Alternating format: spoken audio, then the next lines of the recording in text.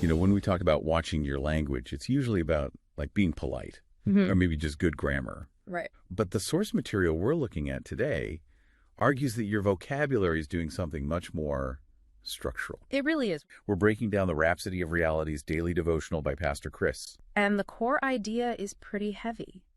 Words aren't just sounds. They're spiritual substance. Spiritual substance. So the idea is that words are actual things. Exactly.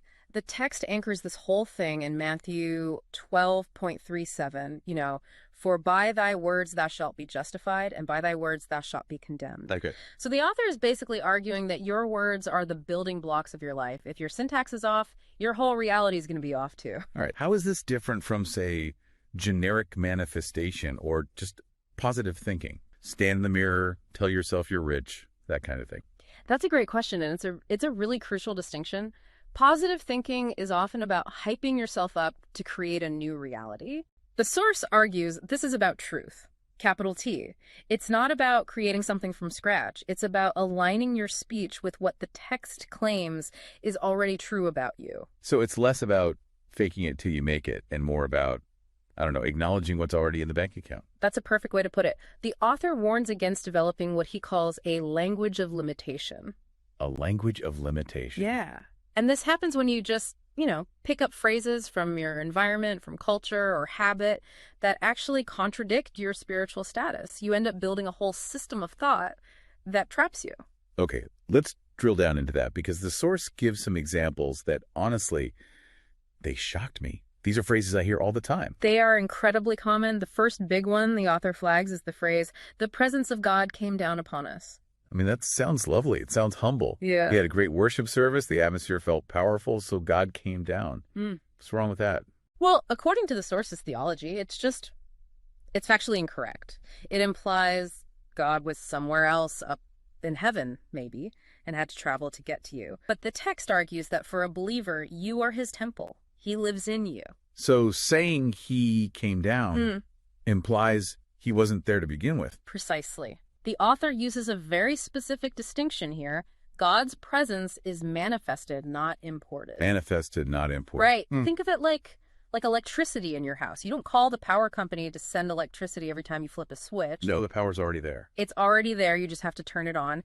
If you're praying for God to come down, you're waiting for a delivery that the text says arrived 2,000 years ago. Wow. That actually changes the whole mindset. And this leads right into the second example, which this one might ruffle some feathers because it's a direct quote from the Psalms. Enter into his gates with thanksgiving. I'm guessing it's that one. That's the one. Yeah, but that's a song. That's King David. I mean, are we canceling King David now? No, not canceling, but context is everything here. The source explains this as Old Covenant language. When David wrote that, God's presence literally lived in the Ark of the Covenant inside a physical temple. Okay, right. So David really did have to walk through a gate to get close to God. But for the listener today. For the listener today, the source argues the New Testament reality is completely different. You don't visit the temple anymore. You are the temple. You dwell there. So if you keep saying you're entering, you're psychologically reinforcing the idea that you are currently outside. It's like standing in your own living room and knocking on the front door asking to be let in. Exactly. And that is the system of thought the author is warning about.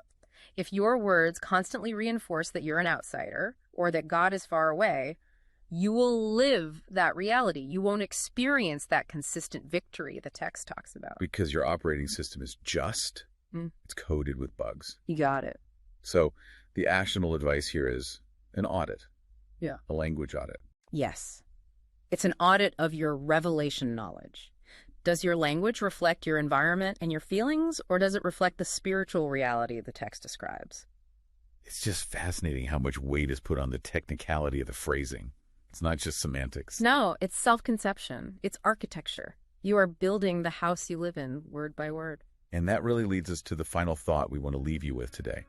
The source says your words are justified or condemned. They're the bricks in a wall. So look at the words you've used just in the last 24 hours. Are you building yourself a palace or a prison?